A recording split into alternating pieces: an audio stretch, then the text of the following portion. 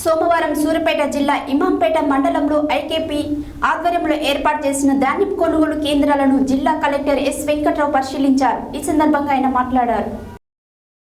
సోమవారం సూర్యాపేట మండలం ఇమాంపేటలో ఐకేపీ ఆధ్వర్యంలో ఏర్పాటు చేసిన ధాన్యం కొనుగోలు కేంద్రాలను జిల్లా కలెక్టర్ ఎస్ వెంకట్రావు పరిశీలించారు. ఈ సందర్భంగా ఆయన మాట్లాడుతూ ఏర్పాటు చేసిన కొనుగోలు కేంద్రాలకు 3,54,896 మెట్రిక్ టన్నుల ధాన్యం అంచనా ఉందని, ఇప్పటి వరకు 2,41,000 మెట్రిక్ టన్నుల ధాన్యం వచ్చిందని తెలిపారు.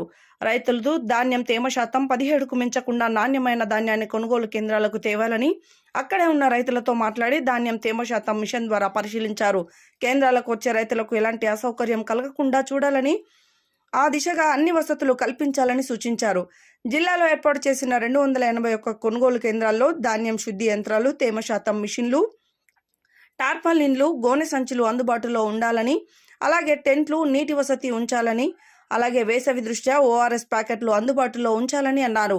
ఎక్కడ కూడా రైతులు దళారుల చేతిలో మోసపోకుండా వ్యవసాయ శాఖతో పాటు అనుబంధ శాఖలు రైతులకు అవగాహన కల్పించాలని సూచించారు. తదుపరి పెన్పాడులోని శ్రీ వెంకట సాయి రైస్ మిల్లును తనిఖీ చేసి ధాన్యం నిల్వలు పరిశీలించి సీఎంఆర్ ధాన్యం ఎఫ్సీఐకి చెల్లించాలని, అలాగే ప్రస్తుతం బాయిల్డ్ రైస్ ఎఫ్సీఐకి కేటాయించిన ప్రకారం వెంటనే అందించాలని ఆదేశించారు.